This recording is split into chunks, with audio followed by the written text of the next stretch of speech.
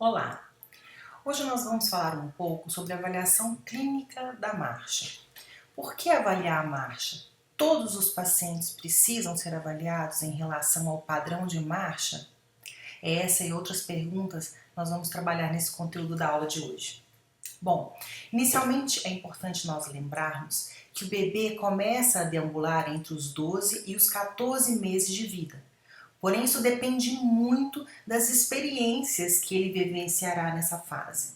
Então, o início da deambulação, embora tenha uma faixa etária esperada, ele realmente é dependente de uma série de fatores que ocorrem antes desse momento. E isso não é por um acaso. A gente precisa lembrar disso porque em torno dos 9 meses de idade, o bebê começa a ficar de pé com apoio.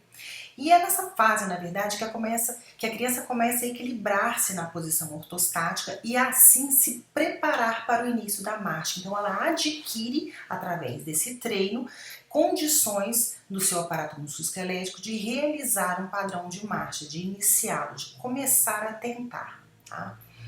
Para avaliar clinicamente a marcha, nós não vamos usar, na maioria das vezes, as mesmas variáveis que podem ser analisadas em um laboratório. Principalmente, nós utilizamos uma análise cinemática, que diz respeito a tempo, espaço, velocidade, aceleração, porque as variáveis cinéticas são mais difíceis de serem visualizadas com o olho nu, como, por exemplo, a velocidade de desaceleração da coxa durante o balanceio. Então, a gente não consegue, assim, ser preciso para diferenciar entre os dois membros as diferenças nesse tipo de variável, mas algumas outras a gente vai conseguir discernir mais pela posição de equilíbrio que as articulações vão ficar durante o movimento do que propriamente por uma capacidade do nosso olho de diferenciar mínimas diferenças angulares, tá? Mas uma das características mais importantes da marcha humana é a individualidade. Então, existe diferenças. Quando a gente fala de um padrão de marcha normal ou um padrão de marcha esperado, ele se relaciona com a característica similar que o aparato musculoesquelético do ser humano tem. Então, corpos com as mesmas características biomecânicas tendem a executar um padrão de movimento semelhante, parecido. Porém, existe uma flutuação nesse padrão.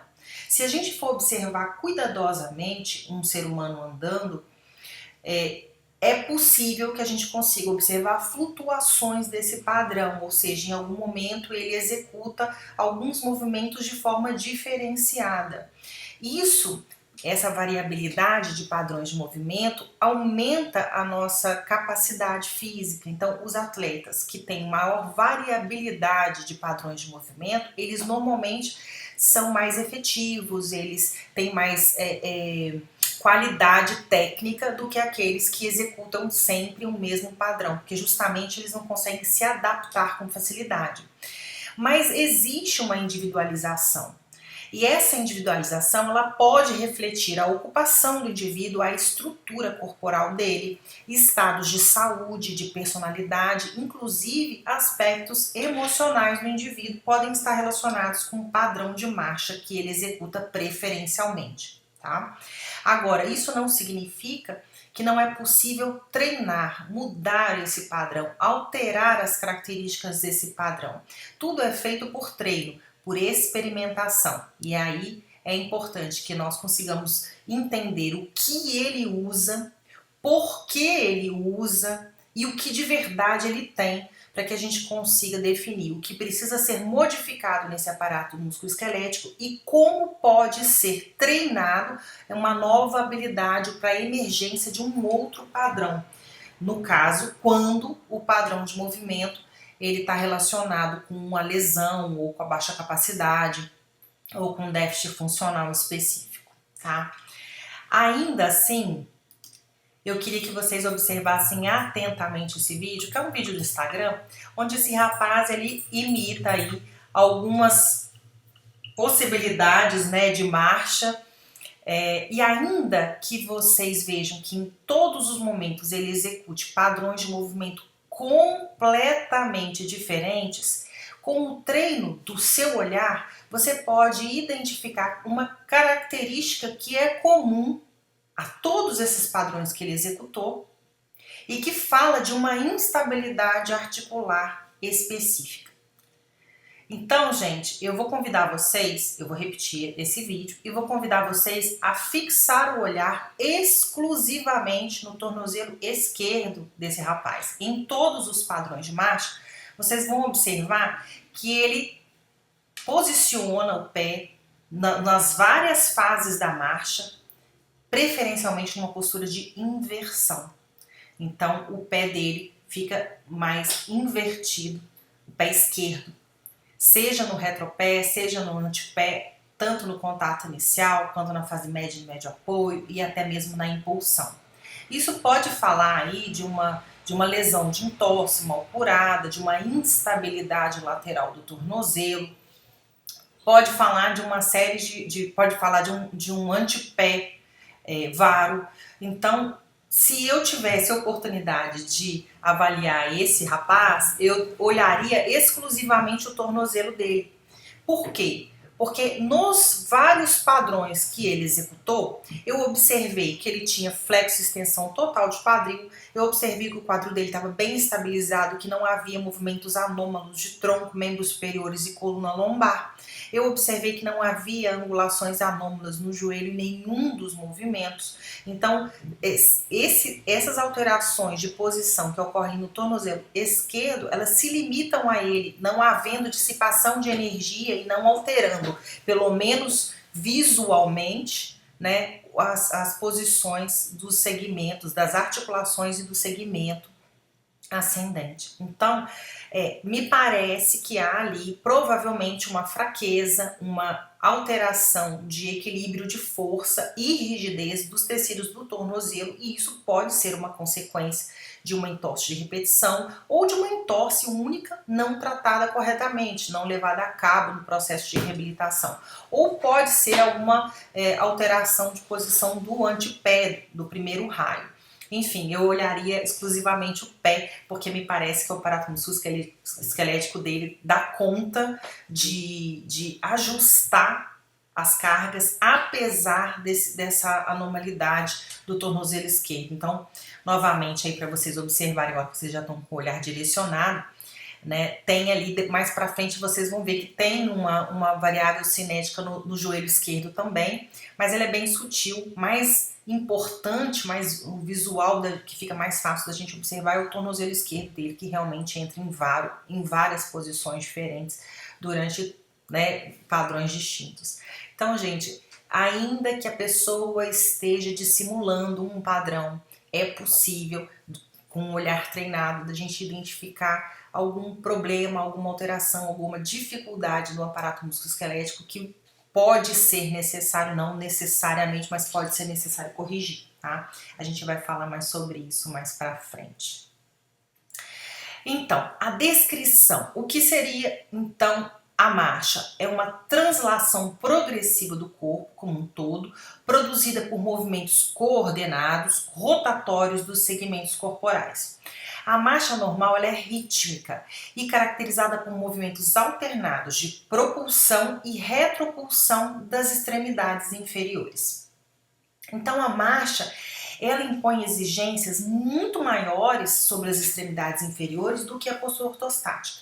Então, gente, esqueçam essa ideia de fazer uma avaliação estática e achar que necessariamente o padrão de movimento que você vai observar ele é condizente com o ortostatismo. Não é. Às vezes a pessoa faz um padrão de postura ortostática totalmente normal, com posições articulares simétricas, esperadas, sem alterações de posição, sem alterações de comprimento e tensão teciduais, e faz uma marcha bastante anômala. E às vezes o contrário, às vezes a pessoa tem uma postura ortostática muito ruim, com muitas alterações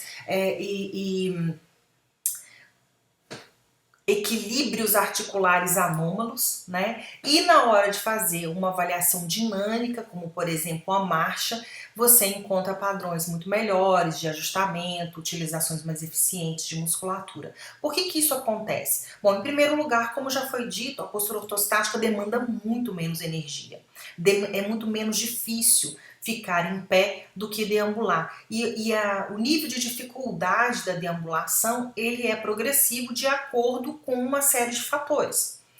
O que acontece é que se a pessoa fica pouco tempo em pé, pode ser que ela utilize um padrão para postura ortostática mais relaxado, onde ela joga peso excessivo em uma articulação em detrimento de outra, joga o peso de forma simétrica, fica relaxado, fica torto, inclina a coluna, inclina a cabeça. Isso pode não ser necessariamente ruim, pode ser apenas uma postura mais relaxada, visando reduzir o gasto energético. E se ela não faz isso muito, ou seja, se ela não fica muito tempo em pé nessa postura, isso pode não significar absolutamente nada, tá? E aí, durante a marcha, ela pode recrutar grupamentos musculares de forma coordenada, simétrica e executar um padrão bom.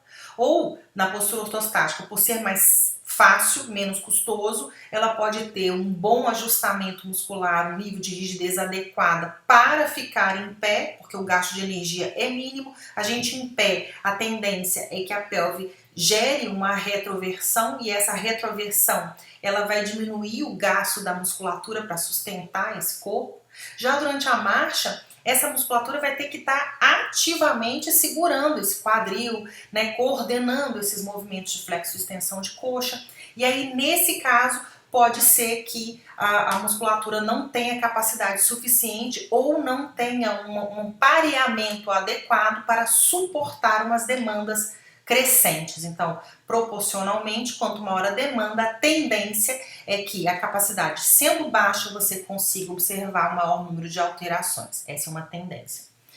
Então, mas aí sim, gente, não reforçando, não é linear. Aquele padrão que você vê no ortostatismo, aquele ajustamento que você vê no ortostatismo, não necessariamente é visto na dinâmica e vice-versa. Então, às vezes o paciente tem em postura ortostática, por exemplo, um valgo de joelho muito grande, e durante a marcha você não observa esse tipo de padrão de angulação, tá? Então, não pensem que é necessariamente linear isso aí, porque não é. Então, o que eu vejo na estática é da estática, diz respeito à demanda da tarefa de acordo com a capacidade do indivíduo ou tentativa de economizar energia, né? O que a gente chama de preguiça, né? Porque eu não quero gastar energia, eu relaxo, solto o corpo, demanda, treino, tudo isso entra no cômputo, tá? Inclusive o estado emocional, como eu disse antes.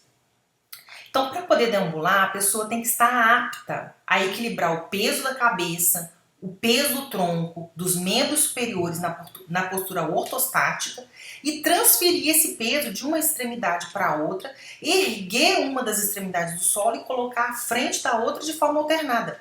Sem isso, não dá para fazer um padrão de marcha, tá? Então, é importante que vocês entendam que tudo entra. Então, se eu tiver uma fratura de membro superior e ficar com o membro superior engessado, isso vai interferir no meu padrão de marcha. A maneira como eu utilizo o meu aparato musculoesquelético para deambular com um braço engessado tem que ser diferente, porque eu não vou conseguir usar as propriedades elásticas que eu conseguiria usar sem o gesso presente.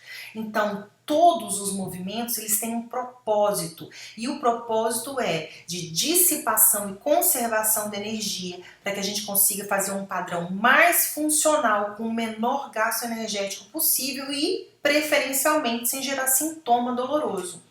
Então, tudo interfere, gente. Se eu quebrar um dedo do pé, isso vai interferir na maneira como eu deambulo.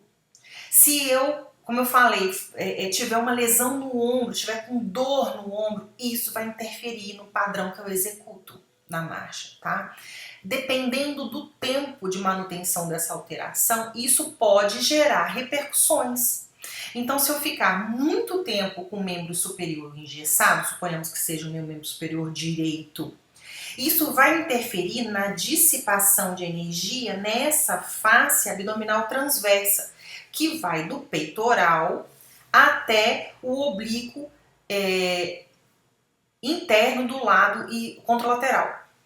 Então, gente, eu posso ter uma perda de flexibilidade e de rigidez do músculo que faz a flexão de coxa contralateral, dependendo do tempo que eu ficar com uma imobilização de membro superior.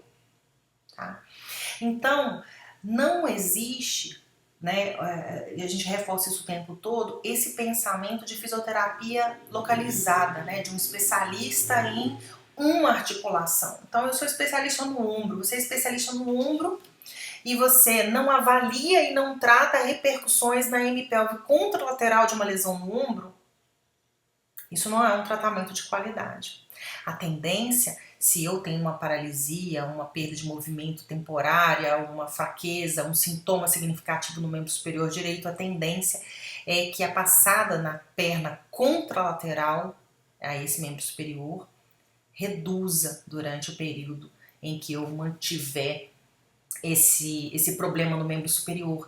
E se eu não uso a musculatura na sua capacidade máxima, naturalmente ela vai perder capacidade. E isso pode gerar uma alteração permanente se ela não for detectada e tratada.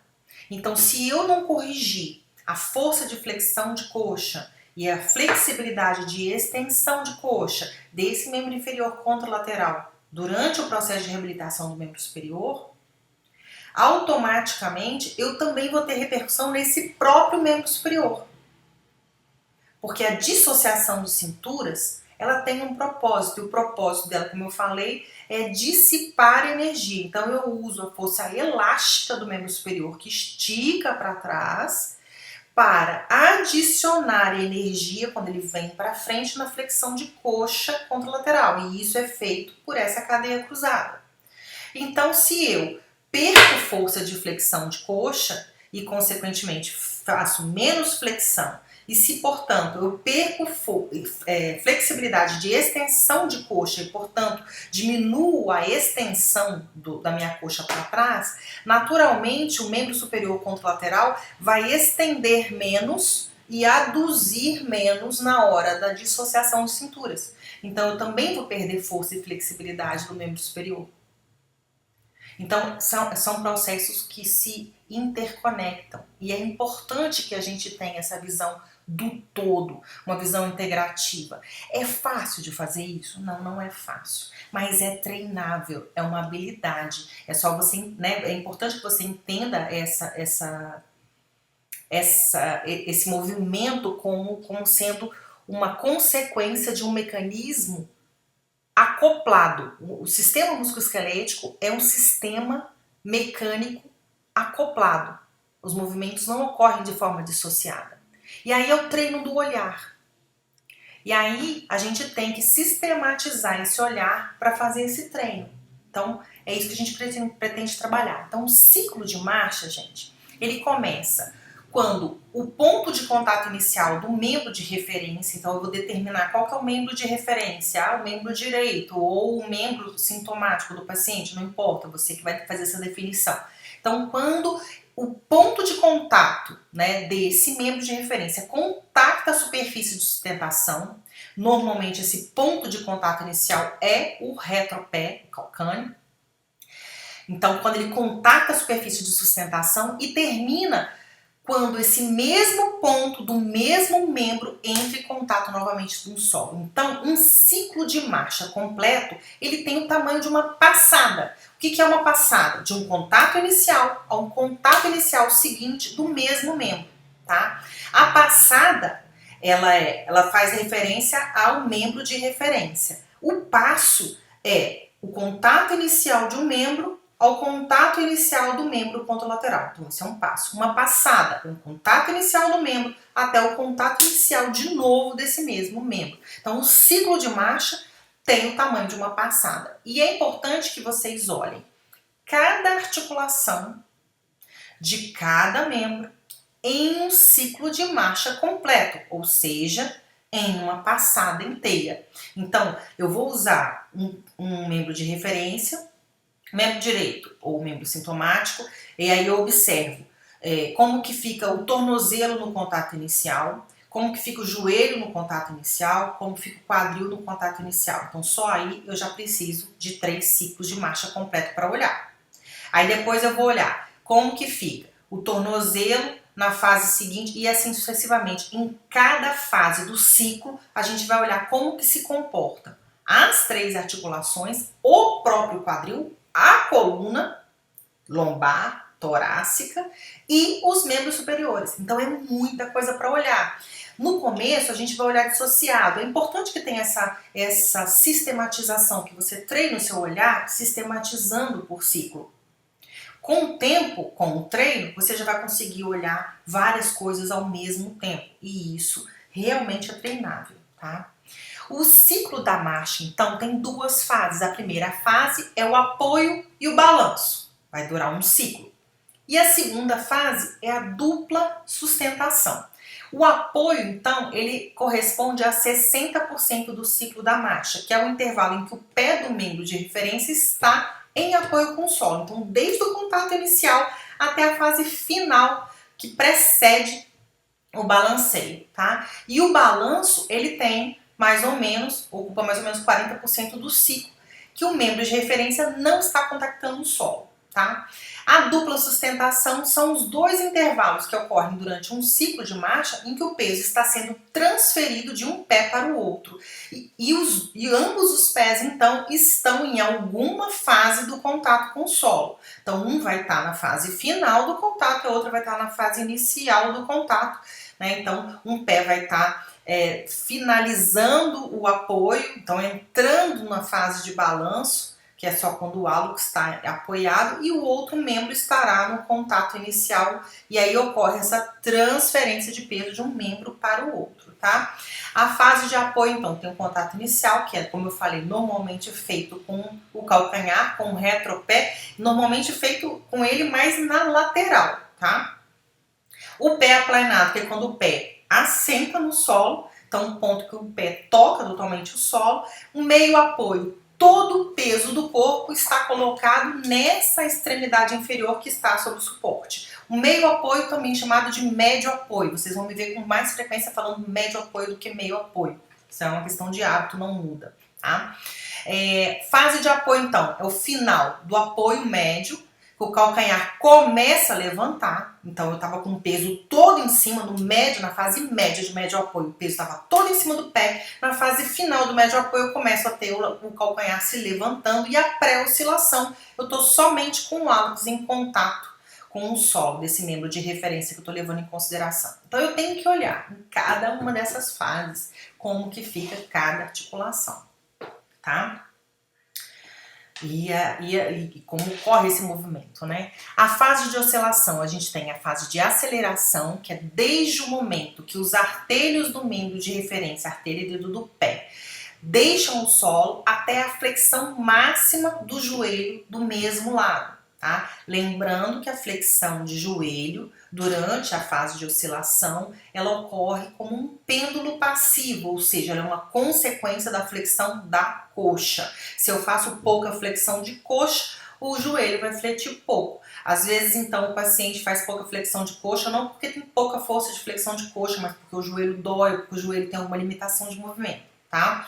Então, na fase de aceleração, você tem uma flexão máxima de joelho. Na metade da oscilação, é onde você sai da flexão máxima de joelho até que a tíbia esteja de novo na posição vertical. Então, você começa a verticalizar a tíbia, a desaceleração da posição vertical da tíbia, né, quando você precede o contato inicial, tá? E aí, o que acontece? De forma alternada, os músculos vão trabalhar concêntrica e excentricamente. Então, o músculo que faz plantiflexão, nessa fase de desaceleração, ele está trabalhando excentricamente, freando o contato inicial. Porque se não houvesse freio, você entra com o calcanhar com violência no solo e fratura o calcâneo.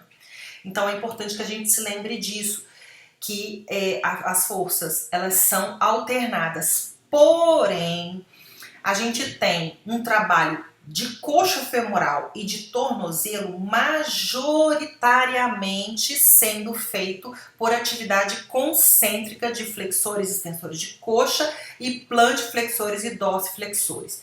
Já no joelho, quadríceps e isquiosural trabalham majoritariamente em atividade excêntrica. Isso não significa que eles não tenham uma atuação antagônica, ou seja, isso não significa que a coxa não trabalhe em algum momento excentricamente e o tornozelo, e que o joelho não trabalha concentricamente em nenhum momento. Significa que majoritariamente esse trabalho é concêntrico da coxa femoral e do tornozelo e excêntrico do joelho. É importante a gente saber isso, porque é importante que essa capacidade de execução concêntrica ou excêntrica seja pensada na hora de que você vai prescrever um exercício.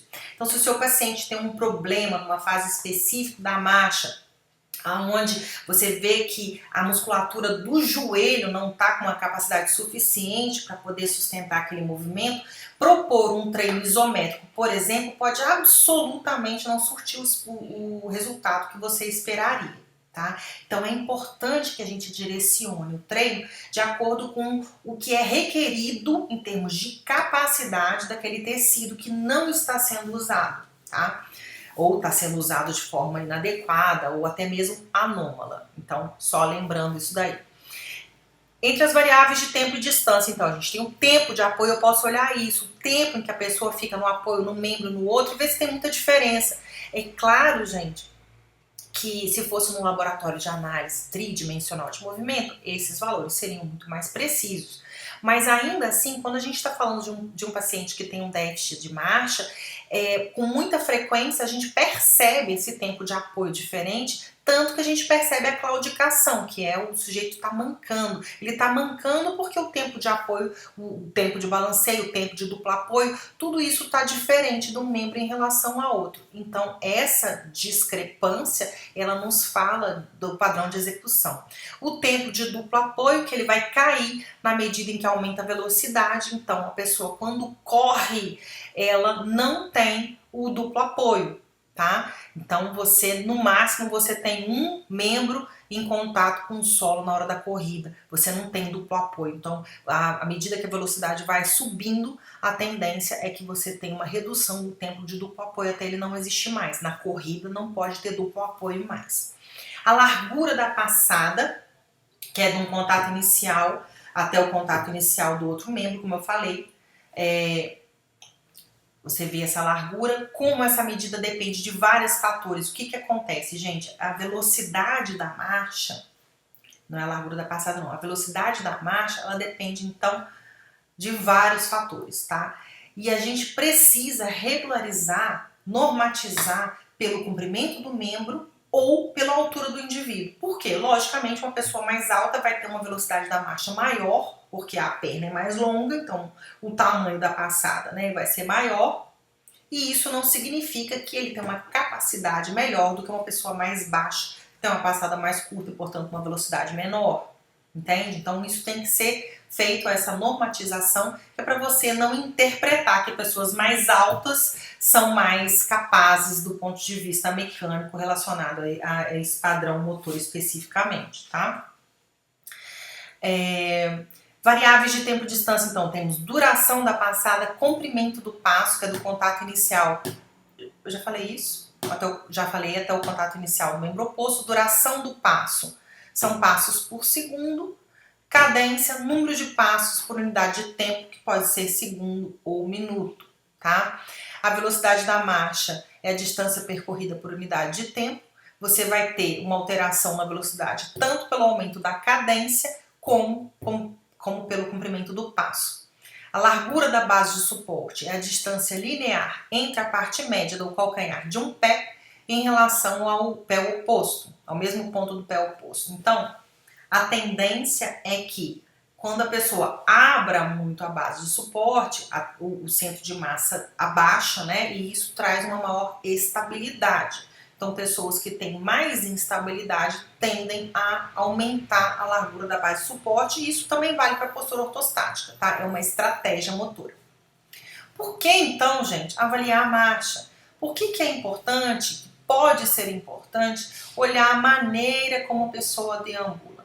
Então, eu não conheço essa pessoa, eu não sei se essa pessoa tem sintoma doloroso no aparato musculoesquelético, mas se for uma pessoa que deambula muito, tá? Ou seja, se for exigido muito dessa pessoa que ela deambule, pela maneira como ela deambula, eu posso ter uma expectativa de que haja sintoma em determinados lugares ou tecidos, tá?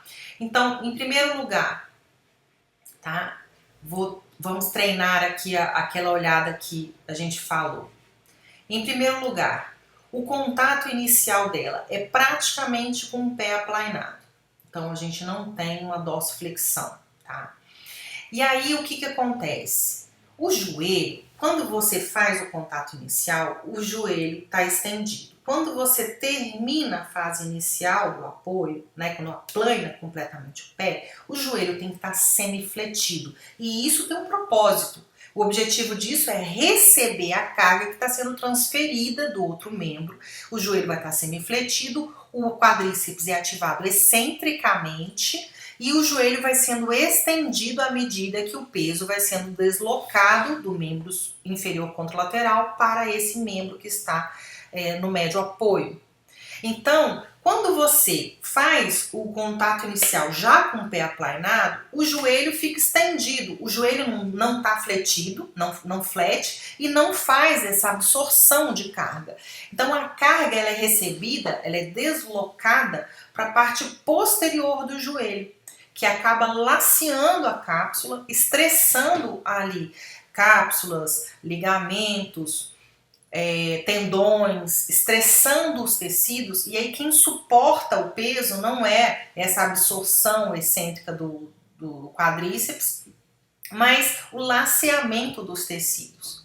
E isso é custoso, e isso é lesivo, isso é potencialmente lesivo. Não é uma sentença na medida em que se a pessoa não deambular muito, não vai ocorrer esse tipo de lesão.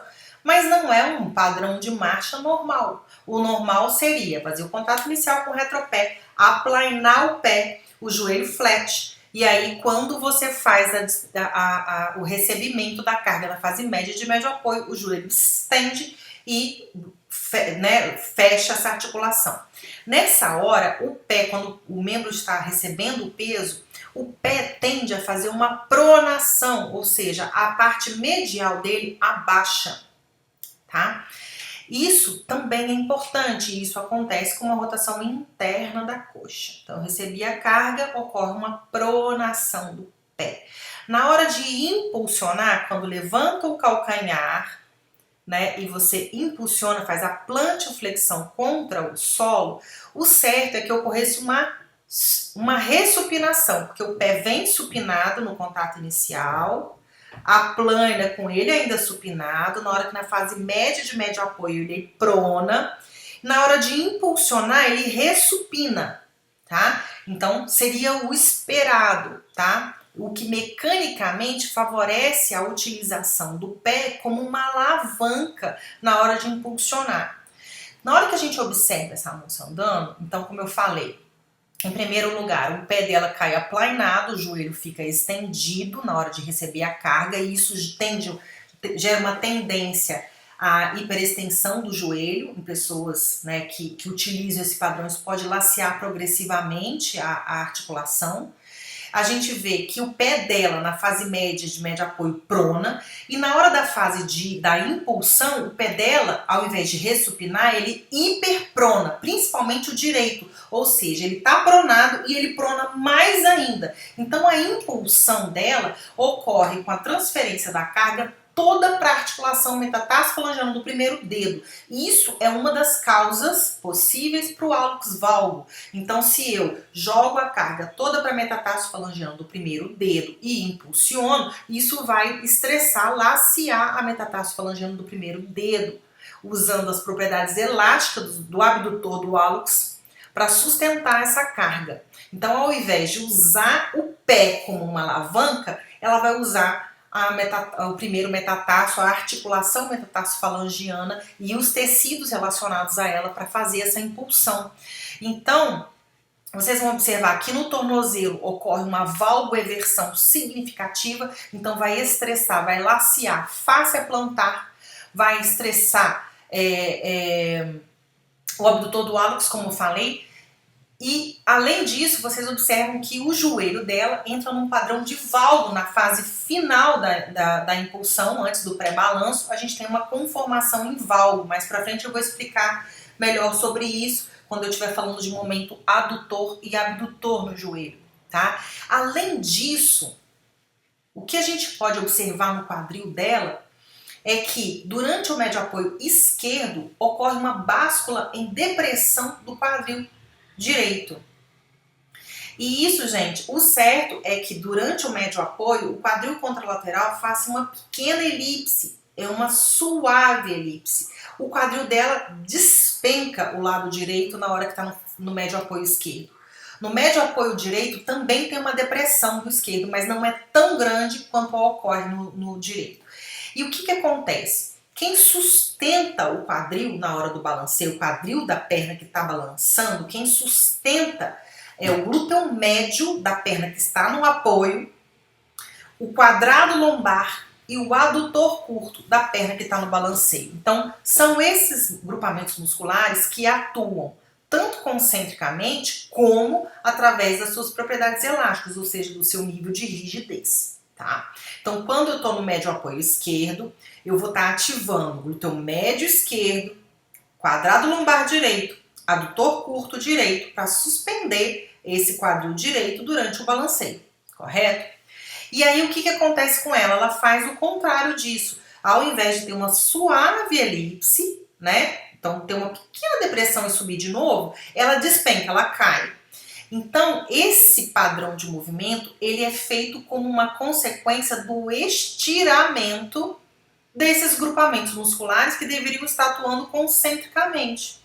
Então, tá laceando, tá aumentando o estiramento desse tecido, está diminuindo a rigidez desse tecido e a tendência, se você usa esse padrão, é que esse laceamento crônico diminua a capacidade progressivamente desse músculo. Então, ele fica numa condição, né, estirado de tal forma que ele sequer conseguiria gerar uma contração concêntrica mesmo se tivesse sido solicitado. Se você tentasse treinar isso, você não conseguiria, porque ele está numa insuficiência ativa dado o estiramento que ele está sendo submetido.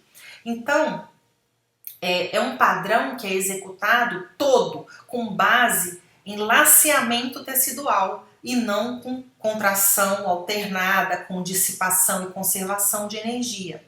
Se eu fosse imaginar um futuro para essa moça, eu diria que ela vai ser uma paciente com provável queixa, né, de síndrome de dor patelofemoral, tá? Fasciite plantar, esporão calcanear, hálux valgo, síndrome de dor do trocânter maior do lado direito, tá? E ela pode ter uma lombalgia muito importante também. Por quê? Porque vocês observem que a lombar dela se movimenta muito durante a marcha e isso não é um padrão normal. O certo é que a absorção ocorra mais na torácica, que é o que faz a dissociação de cinturas, né? E ela não, ela faz um valgo bem significativo com hiperextensão do joelho direito. A gente observa também que as coxas, elas não têm a mesma amplitude de movimento, o tamanho da passada direita dela é maior do que a esquerda. Me parece que ela fica mais tempo no médio apoio esquerdo do que no direito, tá? Então ela claudica, ela tem uma claudicação. E isso, gente, se ela deambular muito, pode gerar uma lombalgia, porque você tem muita sobrecarga assimétrica nas sacroiliacas. Tem que lembrar o seguinte, quando eu faço flexão de coxa, a sacroiliaca, né, a crista ilíaca projeta posteriormente. Quando eu faço extensão de coxa, ela projeta anteriormente. Se eu tenho uma passada de tamanho diferente numa perna do que na outra, eu vou ter movimentos em amplitudes diferentes na sacroiliaca. Então a movimentação do sacro com o ilíaco vai ser diferente. A perna fica mais tempo no médio apoio, vai receber mais pressão, né? O estiramento dos tecidos. O quadrado lombar ele tem muita interferência nas dores do sacro e do ilíaco. Então essa paciente pode ter uma sacroileite mecânica que vai ser diagnosticada como uma lombalgia. E aí pode gerar sintoma, principalmente naquele membro que tem mais movimento, que no caso dela é o direito. Tá? Então a amplitude é maior da passada direita e ela joga mais peso na esquerda. Os padrões de alinhamento do lado direito são piores. Então, assim, é difícil, olhando assim, para a gente identificar o que seria um problema. Se eu tivesse que fazer uma escolha, o que olhar? Se eu tivesse uma única articulação dela para avaliar, eu avaliaria o quadril. A flexibilidade, a força e o padrão de equilíbrio entre os grupamentos musculares do quadril. Mais para frente vocês vão entender o porquê. O joelho normalmente recebe todas as forças ascendentes e descendentes. Ele está muito mais sujeito do que é a causa, né? O pé pode ser sim fonte de alterações ascendentes. Porém, como o quadril dela é bastante largo e tem uma quantidade de panículo maior, que é o esperado para o feminino, é muito possível que esse padrão de marcha seja muito mais uma consequência de uma baixa rigidez da musculatura do quadril do que uma alteração, uma anormalidade, um problema do tornozelo, tá? Nessa posição aqui a gente vê como que o membro esquerdo também entra em valgoeversão de tornozelo, né? Mas o direito, a gente tem uma facilidade muito maior para visualização. Então essa pessoa pode não ter sintoma nenhum, mas se ela deambular muito, ela pode ter muito sintoma. E somente analisando o padrão de movimento que ela executa, a gente pode imaginar, antever os possíveis locais de problema. Então, se você fosse palpar essa paciente agora, sem ela te dizer nada, você teria vontade de quê? De palpar o glúteo médio esquerdo, de palpar o quadrado lombar direito, de avaliar o movimento da sacroiliaca, de repente fazer um teste de Down, né? Observar no pé se tem um antepé com algum problema, se tem um primeiro raio de repente muito baixo, um arco plano, um calcâneo valgoevertido, né? Se tem isso ou se ele apenas é utilizado nessa posição durante o padrão de marcha, tá? E isso pode tanto prevenir quanto nos indicar a maneira de resolução, como poderíamos direcionar o treino dela a partir disso. Lembrem-se que a avaliação de marcha, a observação desses padrões de alinhamento, desses padrões de movimento, não é uma sentença. Eu não posso utilizar essa informação de forma linear, assim, olha, tem uma valgoeversão do tornozelo esquerdo, então eu tenho que fortalecer o tibial posterior. Não necessariamente. Às vezes não é a culpa dele, o tornozelo tá valgoevertido, às vezes a culpa é lá de cima do glúteo. Então, gente, só tem que pensar o seguinte, tem muita gente fazendo análise de artigos transversais e usando a informação de forma a informar sobre relação de causa e efeito. E a gente não pode pegar uma questão que é multifatorial e simplificá-la dessa maneira. Então, assim, tem muita gente falando, a postura não importa. Não importa a postura que você senta, desde que ela seja confortável, porque as pesquisas já mostraram que a postura não determina um tipo de lesão.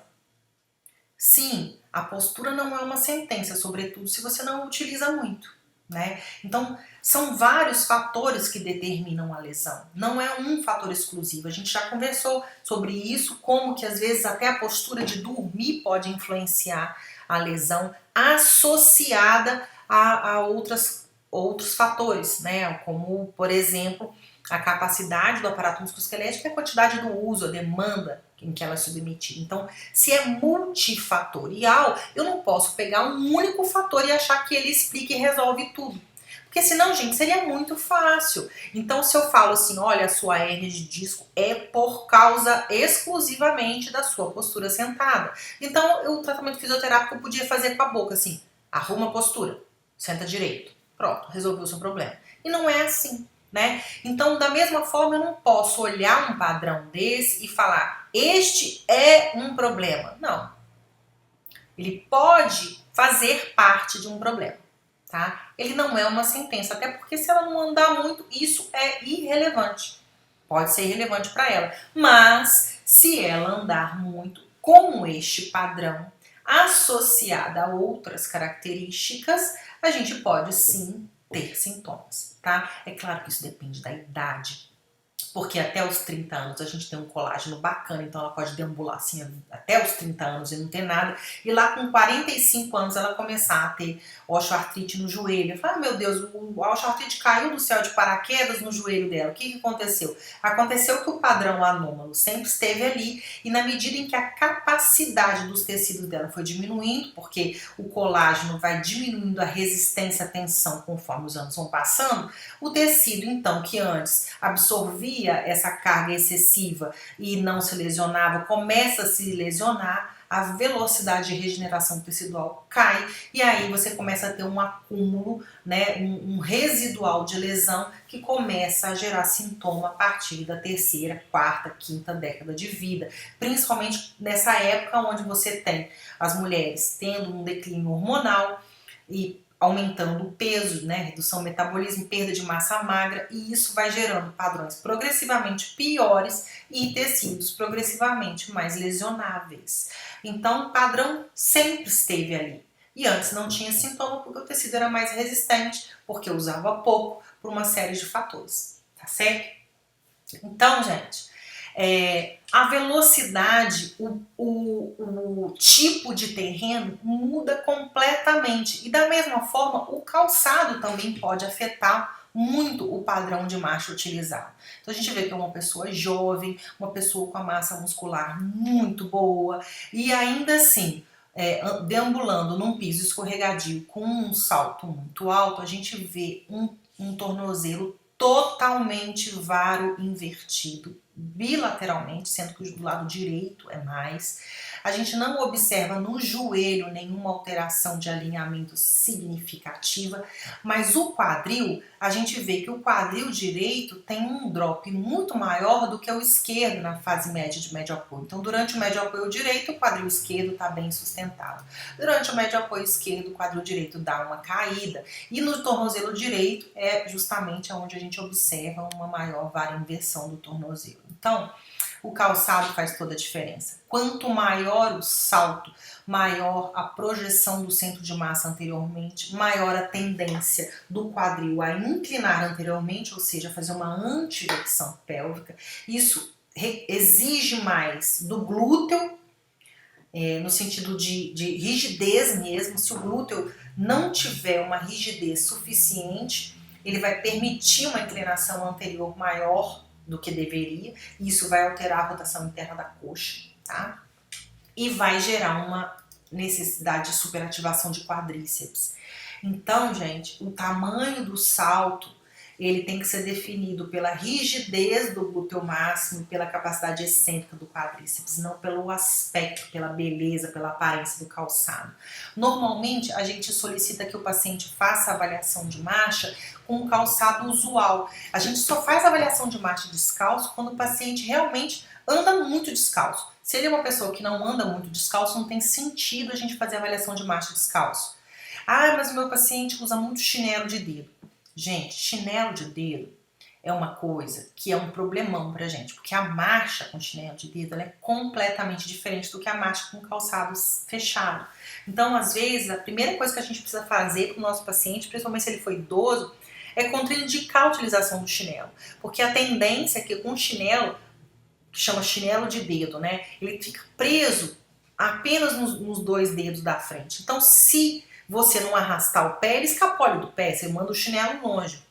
Então, gente, o chinelo, inclusive, pode gerar um padrão de marcha até perigoso, dependendo do nosso paciente. Para os pacientes que têm mais instabilidade na marcha, o ideal é que o calçado tenha fechamento, ou seja, que ele tenha calcanhar e que ele tenha aquela fivelinha em volta do tornozelo, para garantir maior estabilidade no padrão de marcha e o paciente conseguir fazer uma marcha que não seja arrastada e, portanto, que diminua a probabilidade de tropeços e quedas. Isso no idoso é muito importante e pode, inclusive, prevenir a morte prematura, porque um idoso que tropeça, cai e fratura um fêmur, por exemplo, pode ir a óbito precocemente, porque a fratura vai fragilizar o sistema como um todo, né? A pessoa vai ficar acamado, pode fazer uma série de outras complicações em função dessa fratura, de repente de uma cirurgia necessária. Então, a gente tem que ter esse olhar para o calçado. Às vezes, o seu paciente vai precisar que você indique um calçado mais apropriado para uma situação específica. Por exemplo, você está atendendo uma senhora que é avó e a neta vai casar e ela precisa ir para a igreja e ela não pode ir para a igreja com aquela sapatilha de pano com fivelinha que você prescreveu para ela. Ela vai ter que usar um sapato mais formal. E aí entra o fisioterapeuta na hora da escolha desse sapato. É importante você saber o que acontece quando você escolhe uma entressola mais rígida, uma entressola mais flexível e entender essas repercussões, porque é uma inserção no aparato musculoesquelético. O calçado é uma inserção. Essa menina provavelmente, se não estivesse usando esse calçado, provavelmente não executaria este padrão que a gente está observando aqui. Então, quando você faz uma modificação no aparato musculoesquelético, o padrão de execução que emerge com essa modificação, ele é específico. Então o calçado faz toda a diferença e a superfície também.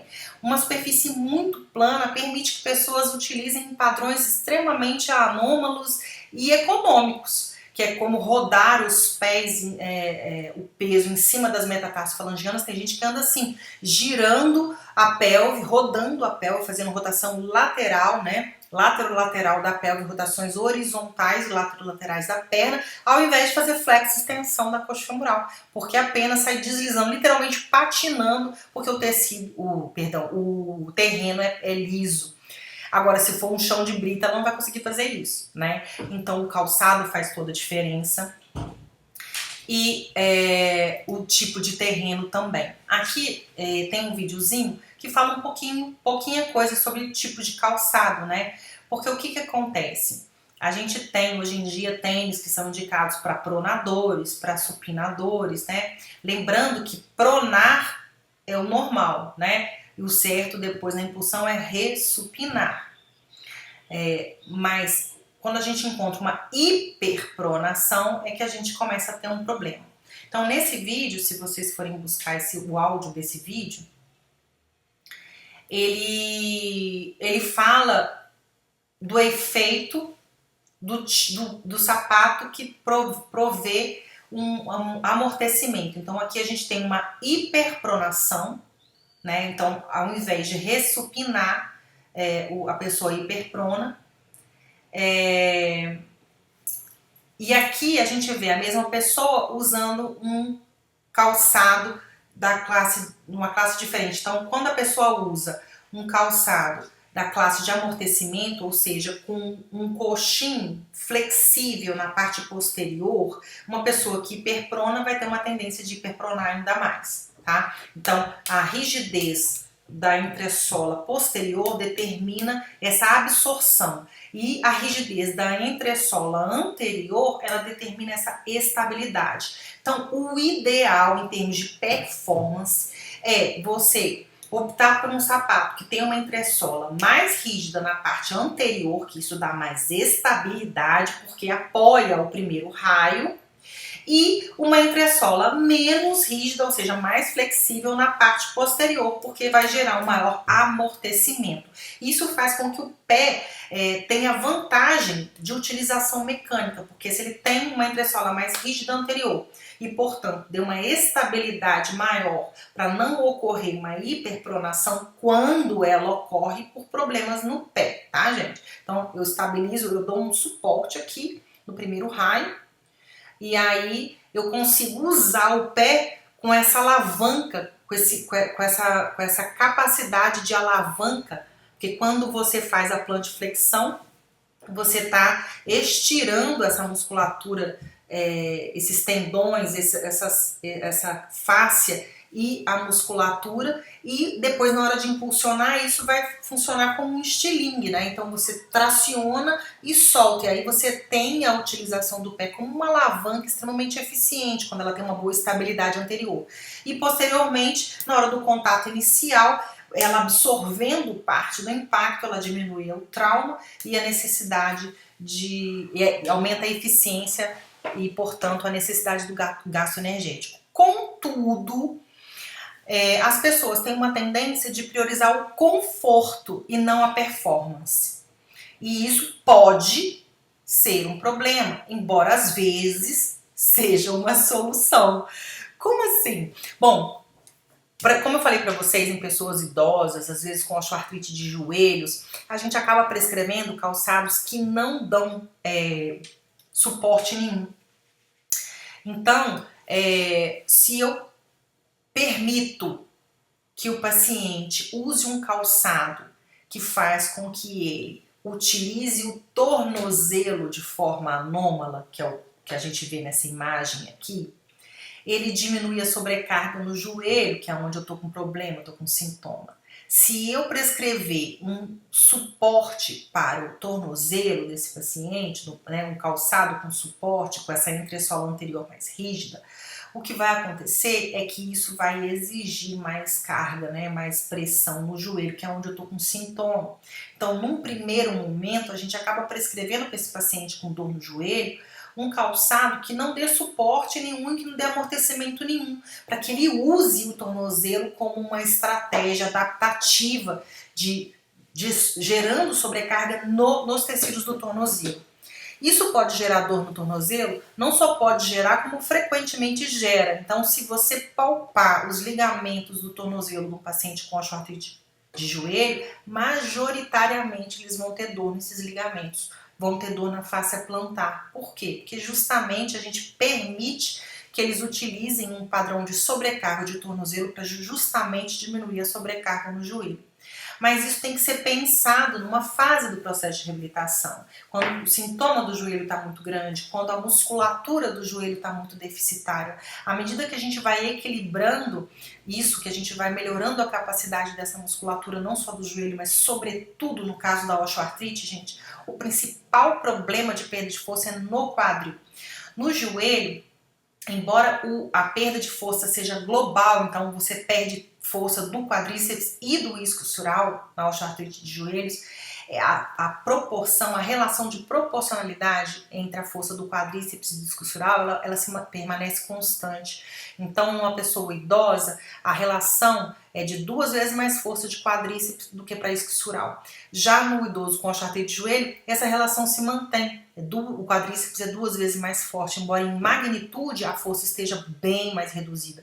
Mas o quadril do paciente com osteoartrite é aí que está o maior problema em termos de força. Porque além de perder força globalmente, ou seja, a perda de força em todos os planos de movimento, a gente tem inversão da relação de proporcionalidade de força nesses pacientes. Então, eu vou precisar gerar uma sobrecarga no tornozelo justamente porque há um déficit significativo no quadril. E se eu impeço que o paciente utilize estratégias compensatórias de tornozelo, automaticamente ele não consegue usar nada, tá? E aí vai doer no quadril, vai doer no joelho. Então, como eu falei, não só o calçado faz diferença, mas a inclinação do terreno e a velocidade também. Quanto maior a velocidade, a tendência é que você veja mais movimentos anômalos. Às vezes você pede para o paciente ir voltar e ele tem capacidade para fazer isso com um padrão bom. À medida que a musculatura vai fadigando, é que você começa a ver a emergência de padrões que você não veria.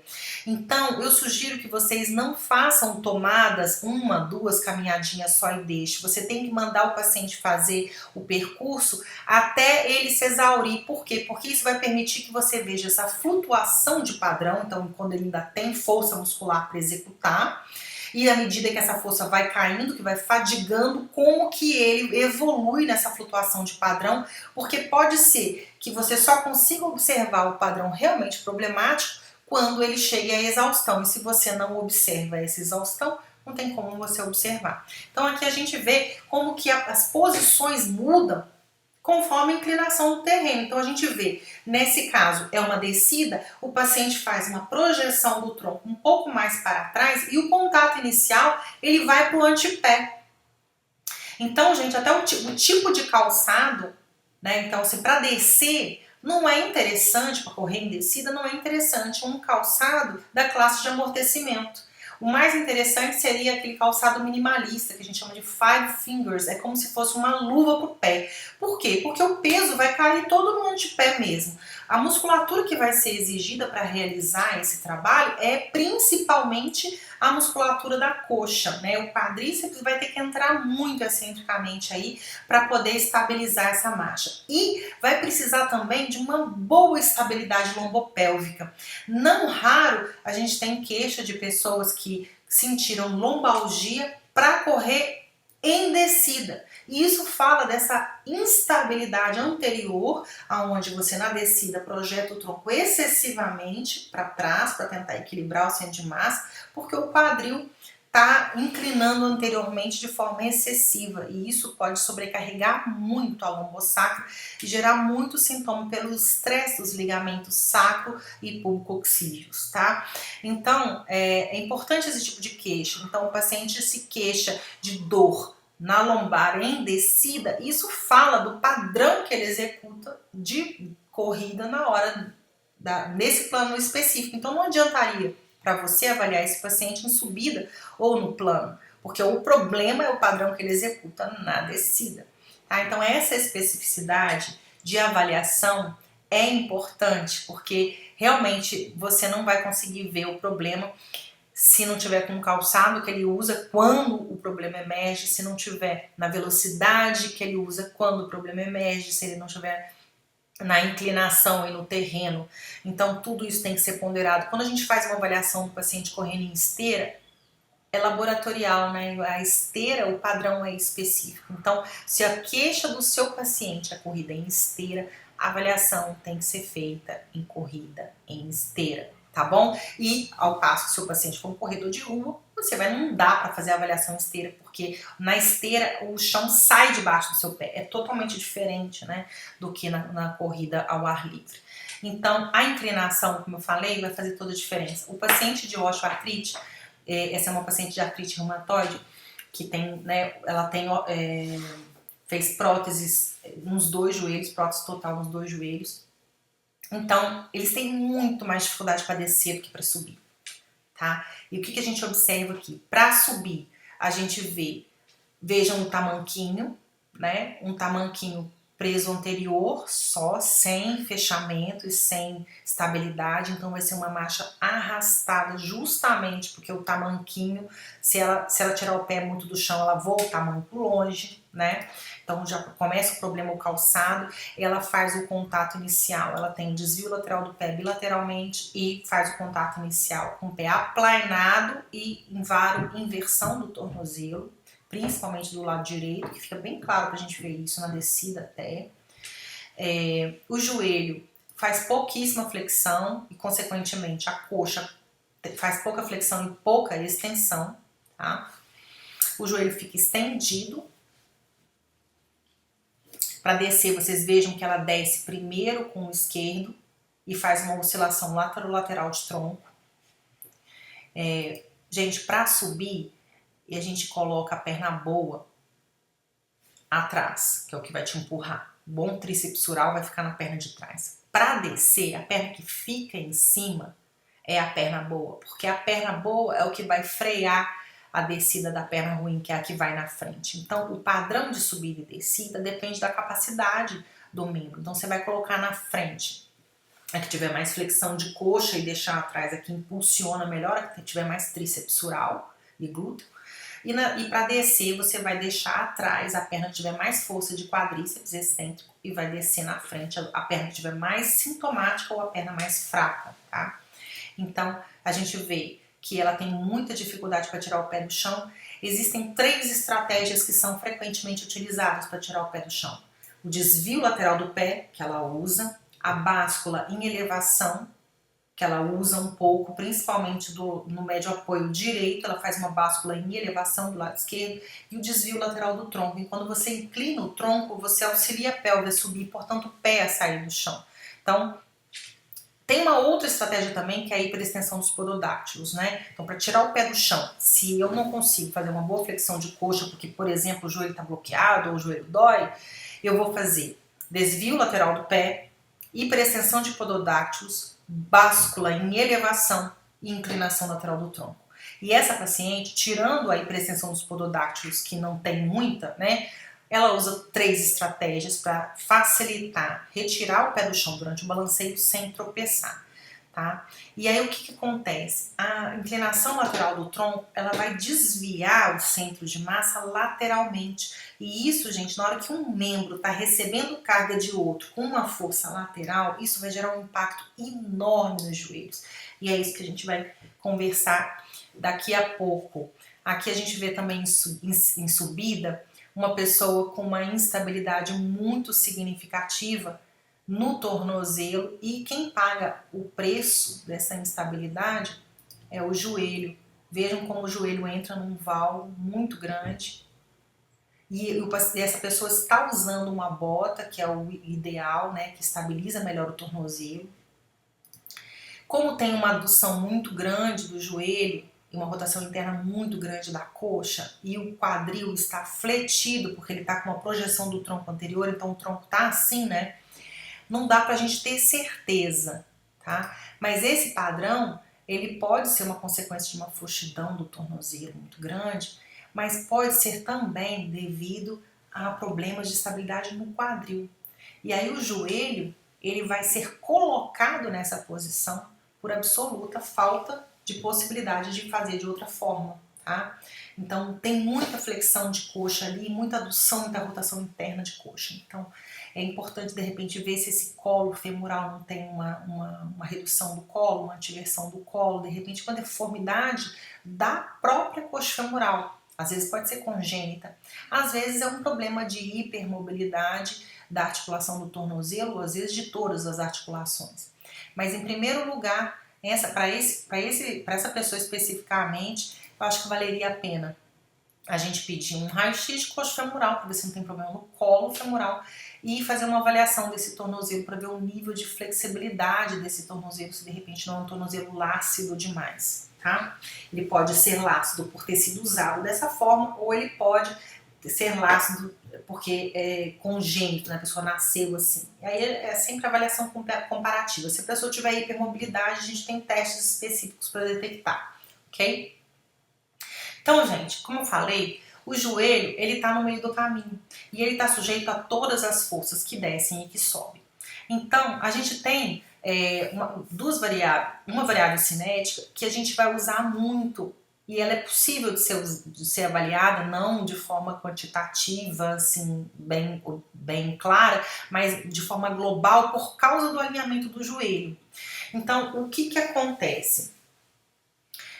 Durante o médio apoio, a fase média do médio apoio, como eu falei, o quadril deve descer, o quadril contralateral que está no balanceio deve ter uma suave descida numa posterior elevação, então ele entra numa elipse, tá?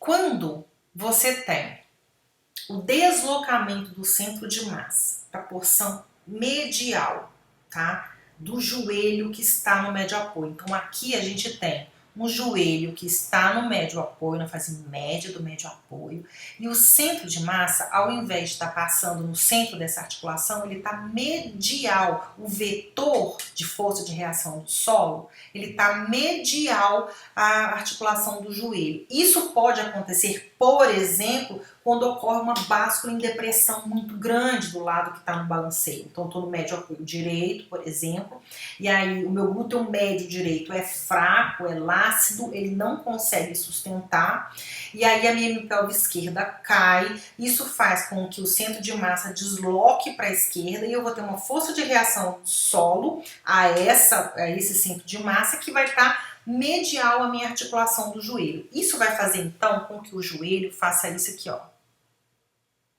Vai ter um fechamento do compartimento medial e uma abertura do lateral, porque a força vai empurrar esse joelho para o lado. Então, se a força de reação do solo está medial à articulação do joelho, você vai ter um vetor assim, empurrando o joelho dessa forma. Tá? E isso faz com que a articulação entre nessa posição de varo. Tá? Então, o que acontece? Você vai ter um pinçamento do compartimento medial, uma sobrecarga nesse menisco medial, a patela vai alterar a posição, vai bater no côndilo lateral, tá? E você vai ter o tornozelo tendendo a fazer uma varoinversão por causa disso, tá? O contrário disso, que é quando o centro de massa se desloca lateralmente e você tem a força de reação do solo subindo na lateral externa do joelho, lateral já é externa, não tem jeito, né? Mas se tá o vetor do lado de fora da articulação do joelho, isso vai empurrar o joelho para dentro. Então vai ter o fechamento do compartimento lateral e a abertura do compartimento medial. A patela sobe e lateraliza, então formando um joelho valgodinâmico. Às vezes o seu paciente tem um valgo na estática e não tem um valgo na dinâmica. Às vezes o seu paciente tem um varo na estática e faz um valgo na dinâmica. Isso tem que ser observado, como eu falei, não é linear, tá? Mas esse tipo de problema que são causados por padrões de movimentos diferentes, vários motivos podem gerar o varo dinâmico ou o valgo dinâmico. Então eu vou chamar isso de momento adutor externo, que é quando o centro de massa cai medialmente e a força de reação do solo passa medialmente a articulação, é um momento adutor, né? Tá pro lado de dentro e ele vai fazer o varo no joelho, e o momento abdutor externo do joelho, quando ela passa pelo lado de fora, o lado externo. Nos pacientes com osteoartrite de joelho, o que a gente observa é que majoritariamente há um aumento desse momento adutor externo no joelho, durante a fase média de médio apoio, e um aumento do momento abdutor externo do quadril. Por que é externo? É externo à articulação, é do lado de fora, não é interno. Porque existe o momento que é interno e o momento que é externo. Então, é do lado de fora, tá? Então, o momento adutor externo do joelho, ele vem com um momento abdutor externo do quadril, tá? Ou seja, com uma rotação interna aumentada, ok? Do quadril. Então, gente, no paciente de osteoartrite de joelho, a gente vai ter um momento adutor externo. Então, se a gente voltar lá naquela menininha que estava andando, aquela primeira que a gente viu, a gente vai ver que ela tem um momento abdutor externo do joelho, na fase média de médio apoio, e na hora da impulsão isso aumenta, tá? Quando a gente tem esse momento adutor externo, a gente tem um pensamento maior do compartimento medial, a gente tem que entender o seguinte: tudo isso muda todas as outras fases que vem na sequência. Porque se eu tô, por exemplo, com uma básica em depressão, centro de massa deslocado medialmente, eu fiz esse varo, né? Como que vai vir a fase seguinte? A fase seguinte vai ser uma adaptação consequente a isso. Se eu tô nesse caso aqui, faço um momento abdutor externo do joelho, faço um valgo, na hora de impulsionar, a tendência desse membro que está em rotação interna de quadril é fazer uma hiperpronação do pé. E aí vai piorar o valgo do joelho, né, nesse momento. Então, as fases seguintes da fase média de médio apoio vão ter organizações relativas ao que aconteceu durante essa fase, tá? Isso vai gerar mais movimento no quadril, vai gerar mais movimento na lombar, tendência a mais sintoma, tanto num quanto no outro caso, mas por motivos diferentes, né? Uma vai ser sobrecarga mais em rotação interna e a outra é mais em rotação externa, tá? Eu falei interna, acho que anteriormente. É externa no quadril desse, interna no quadril desse, ok? Então, a hiperpronação, por exemplo, ela vai interferir demais a fase seguinte. Porque o que acontece? Na hora de impulsionar, eu tenho que transferir o peso dessa perna para a perna que vai estar entrando no contato inicial. Se eu hiperprono, na hora de impulsionar, eu vou deslocar a carga lateralmente, vai ter uma tendência à lateralização do corpo. E aí, a pessoa tem que fazer uma força de retorno, porque senão ela vai tender a andar de lado, igual um caranguejo, vai o tempo todo. Se eu hiperprono do lado esquerdo, só o meu quadril esquerdo que hiperprona, o pé esquerdo que hiperprona, eu vou estar sempre deslocando o meu centro de massa para a direita. Então, eu vou ter uma tendência a andar para a direita, tá? E isso vai tender, a hiperpronação de um membro vai tender a gerar um momento adutor externo no membro que está recebendo a carga. Então, se eu entro na fase inicial do médio apoio, recebendo a carga, vindo de lateral, né? Se eu recebo a carga na diagonal, assim, a tendência é que eu já entro na fase inicial do médio apoio fazendo o momento adutor externo. Na hora que eu estiver na fase média do médio apoio, esse momento adutor externo vai estar ainda maior. Então, como eu falei, a báscula em depressão é um dos motivos para você ter um momento adutor externo. A hiperpronação do membro contralateral é um outro motivo, tá? E a gente pode ter, inclusive, o mesmo paciente tendo mais de um fator para ter esse momento adutor externo. Essa hiperpronação do pé, ela pode ser uma consequência tanto de problemas no pé, quanto de problemas no quadril. Então, eu posso ter um paciente que hiperprona o pé esquerdo por um problema no quadril esquerdo, por um problema no quadril direito, por um problema no tornozelo esquerdo. Então, a gente precisa saber se o problema é só no quadril, se o problema é só no tornozelo e no pé, ou se o problema é no tornozelo e no pé. Tá? Isso aqui é importante. Então aqui a gente tem mais um vídeo, se vocês quiserem a apresentação integral tá com áudio, ela fala de novo da seleção de sapatos, tá?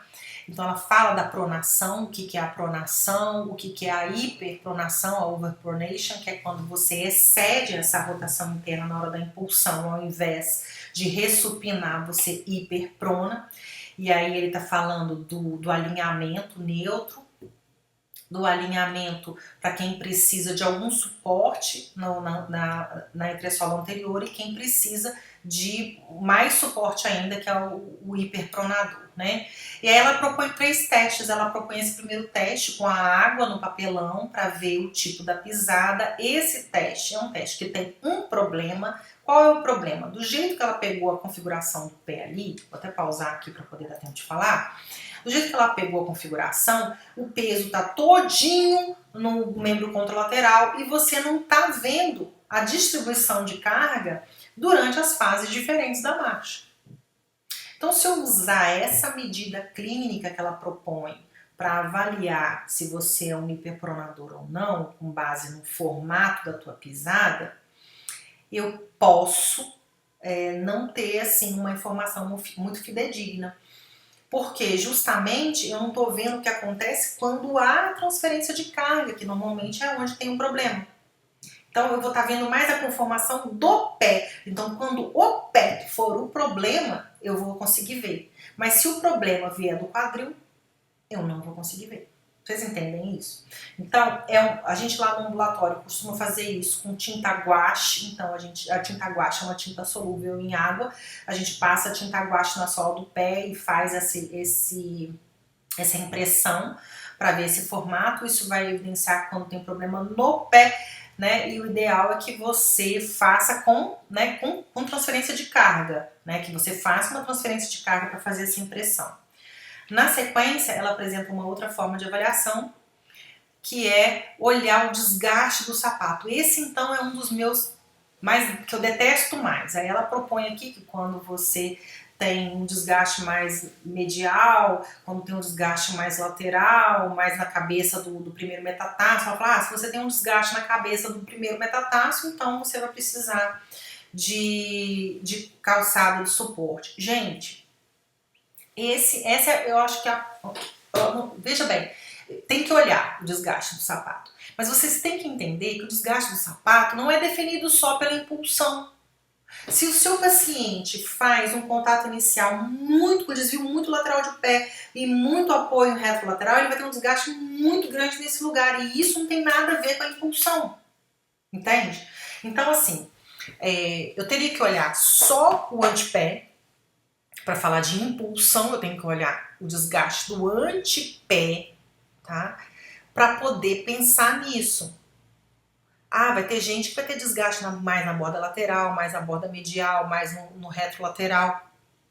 Então, assim, se eu olhar o desgaste do antepé, eu posso estar vendo alguma coisa relativamente ao pé, né?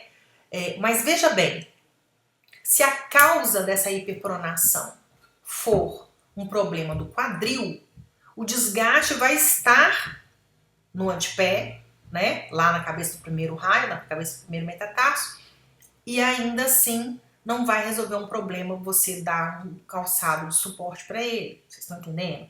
O problema só vai ser resolvido se for causado por um problema de flexibilidade excessiva do primeiro raio. Agora, se o problema for do quadril, essa avaliação ela não vai surtir efeito nenhum, porque ela mostra a consequência, ou seja, ela mostra a hiperpronação e não a causa, tá? E essa é outra opção de teste que ela faz aqui, que é uma avaliação na esteira, usando uma análise em slow motion da corrida. É aquilo que eu falei, é legal, a gente pode fazer, mas tem que ter em perspectiva que a corrida em esteira pode estar gerando um padrão diferente da corrida no solo na rua. Então, escolher um sapato só com base nisso também pode ser problemático. Então, as 3 formas de avaliação que ela propõe não é que estão erradas, elas podem não te dar uma escolha inteligente. Principalmente porque ela fala muito da consequência, que é a hiperpronação, e não da causa dela, tá? Pra gente ressupinar, porque o que acontece? Quando você faz na fase média de médio apoio e joga toda a carga em cima, ocorre uma rotação interna de coxa e o pé prona, isso é o normal, tá? Pra gente pensar numa ressupinação, a gente não faz ressupinação contraindo os supinadores e fazendo inversão de tornozelo e rotação externa de coxa. Para eu fazer isso, eu teria que ter uma força muito grande, isso geraria uma demanda muscular muito grande. Mas é possível ativar essas musculaturas voluntariamente, pensar e fazer esse movimento? É possível, mas seria desgastante.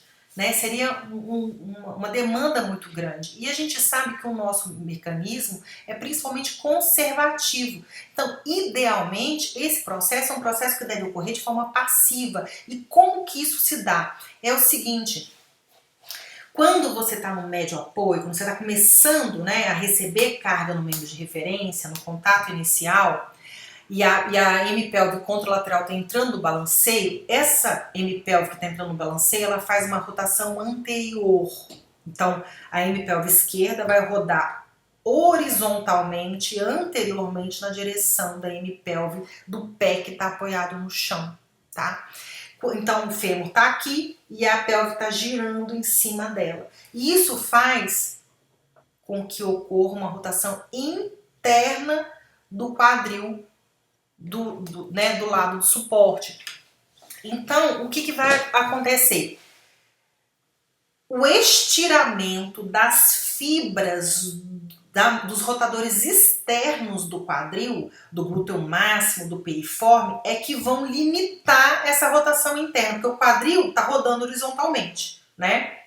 Por causa do balanceio da hemipélvica contralateral. O que vai limitar essa rotação interna e parar essa rotação anterior do quadril do outro lado é a rigidez passiva dos rotadores externos, ou seja, do glúteo máximo e do piriforme.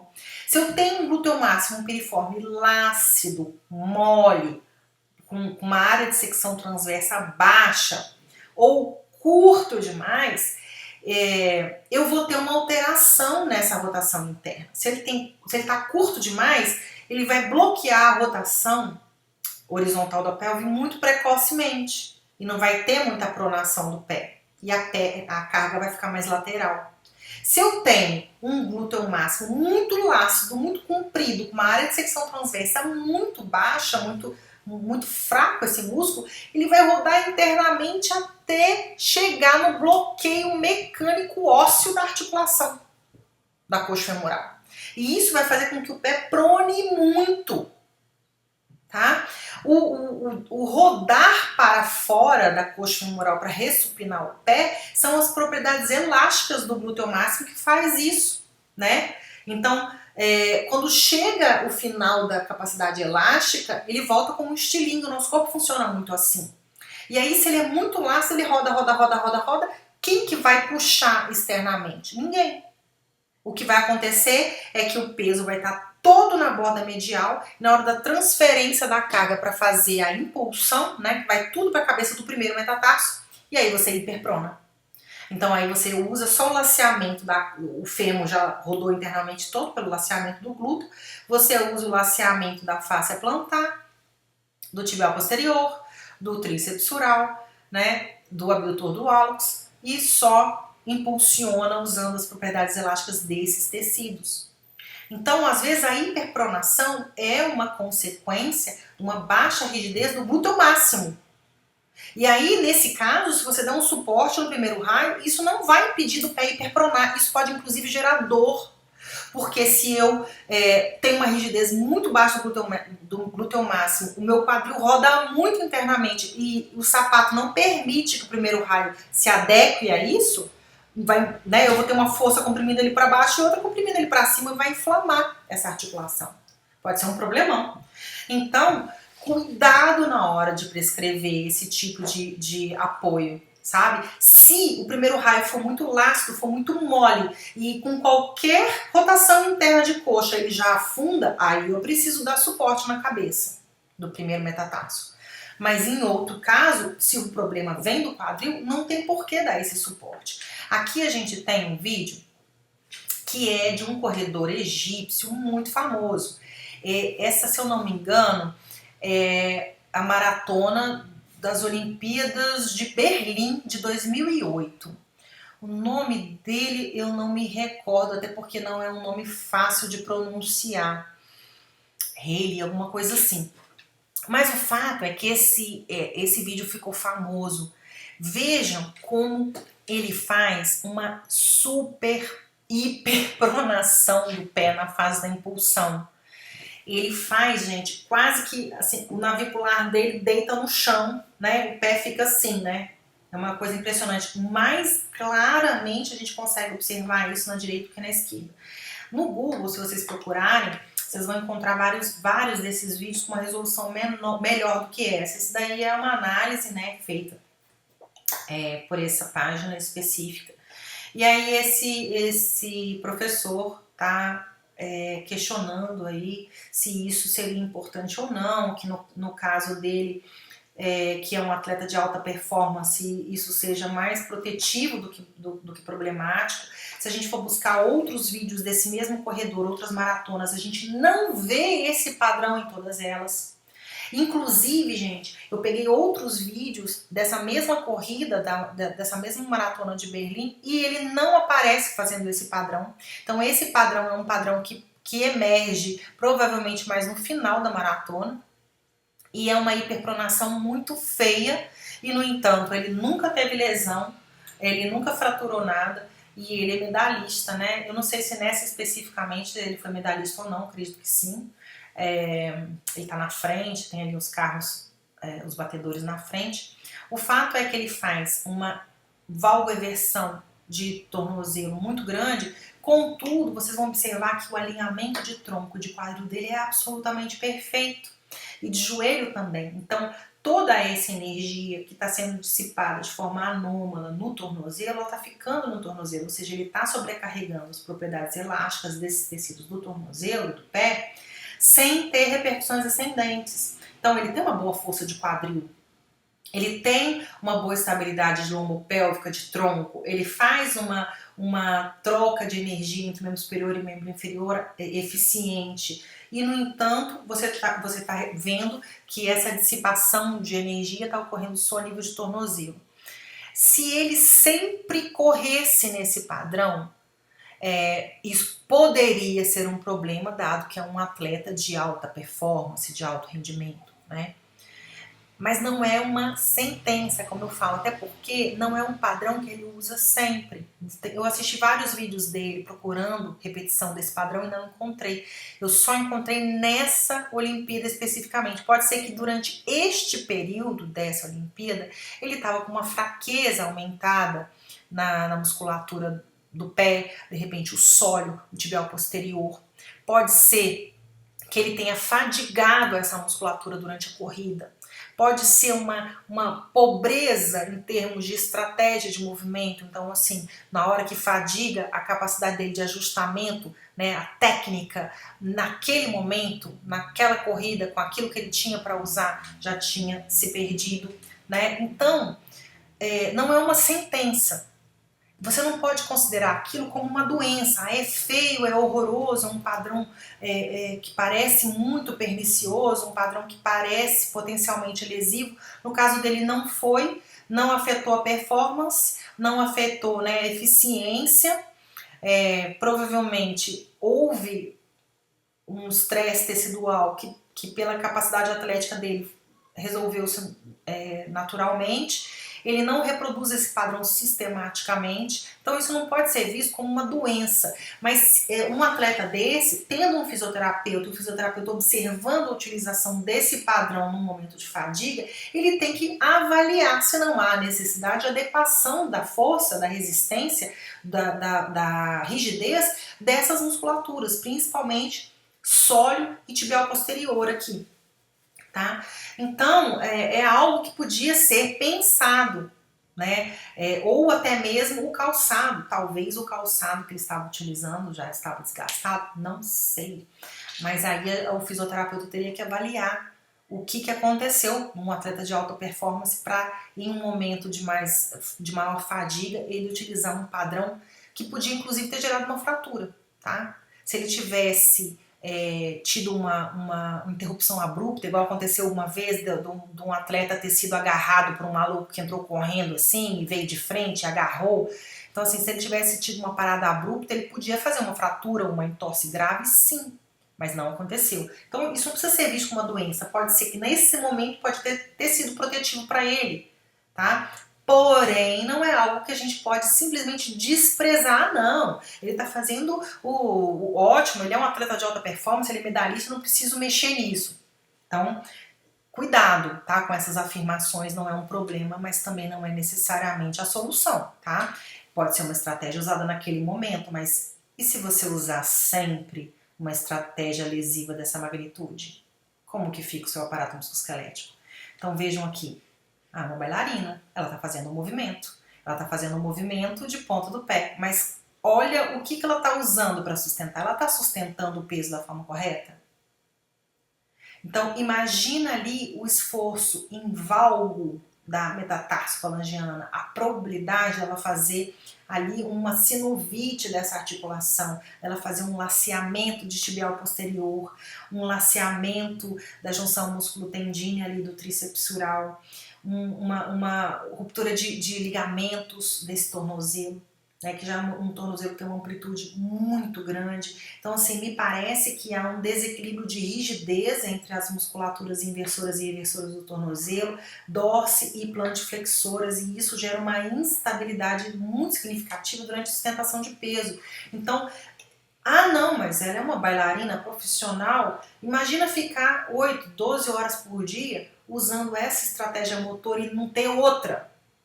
Esse é que é o problema. Se você só tem essa estratégia motora de sobrecarga, de tecido, de cápsula, de ligamento e não tem outra, e você precisa usar muito, isso pode ser um problemão, né? Inclusive, depois que deformar a articulação, fica muito mais complicado manter a função. Então, enquanto é jovem, enquanto a velocidade de regeneração é alta, enquanto a resistência do tecido é alta, ok. Mas e depois? Lembrem-se que mudar o padrão de movimento vai alterar a performance no primeiro momento, mas pode ser feito um treino de ajustamento. Então é claro que ninguém vai propor alteração aqui de padrão de movimento nas vésperas de uma apresentação, nas vésperas de uma competição, porque isso vai reduzir muito a performance do atleta, do bailarino, seja do que for. Mas a gente não pode ver um padrão desse, potencialmente lesivo, e apenas ignorar e falar, não, isso é irrelevante. As pesquisas mostram que não tem relação entre padrões anômalos e lesão. Seria um simplismo, seria uma ingenuidade pensar dessa forma. Eu sei que as lesões elas são multifatoriais, mas eu sei que o padrão de execução é um dos fatores. Então, se eu posso avaliar, verificar qual é o problema, o que precisa ser corrigido para que a pessoa tenha uma variabilidade de padrões de movimento que gerem uma qualidade de execução de movimento satisfatória, com uma economia de energia e com um mínimo de destruição tecidual, é o que eu desejo fazer para o meu paciente. Então, gente, cuidado com esses raciocínios simplistas que fazem com que a gente ignore questões que têm um potencial de ser lesivos. E esses padrões, eles não emergem por um acaso. Quer dizer, uma pessoa não faz um padrão de sobrecarga desse se não tiver ali uma instabilidade significativa naquela articulação, naquele segmento. Então, em articulações super exigidas, é importante que a gente pense em equilibrá-las da melhor forma possível e fazer um treino de adequação dessa capacidade o máximo possível para não implicar em perda de performance, mas também não implicar em lesões de tecidos desnecessárias. Né? Se eu pensar assim, ela é jovem, ela está com colágeno ótimo, isso aí não vai gerar nada, desistiu do balé, ok, né? Mas se é um atleta profissional, o fisioterapeuta que lida com atletas de alta performance, com bailarinos, ele realmente precisa ter atenção aos detalhes, porque no esporte os detalhes fazem a diferença. Então é isso. Por hoje é só, e a gente continua no momento síncrono com mais treino de olhar e com mais discussões teóricas relativamente à avaliação clínica da marcha, a sua importância e como que ela fala do tratamento fisioterápico. Até lá!